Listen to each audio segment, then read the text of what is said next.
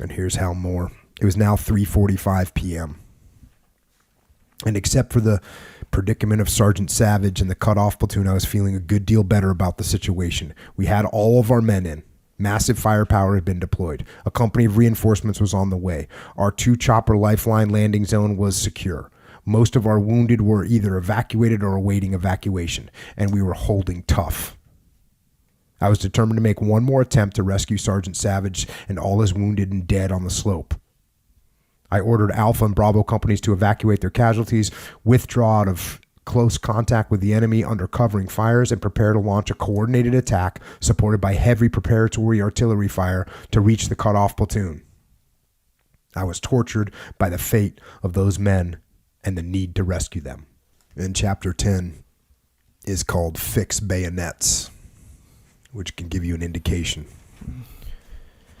Back to the book. Alpha and Bravo companies, the first units to land, had now been locked in violent battle for more than 2 hours, had suffered no small number of casualties, especially among the sergeants and radio operators, and had shot up most of their ammunition. And that's another thing we got to remember. The movies, they never run out of ammunition, no. Right? Unless it makes some theatrical point. Yeah, plot point. Right. They also, in the movies, there's plenty of water. Oh, they're in the jungle. They got plenty of water. These guys don't have water out here. No water, no food, and now they're running out of ammunition.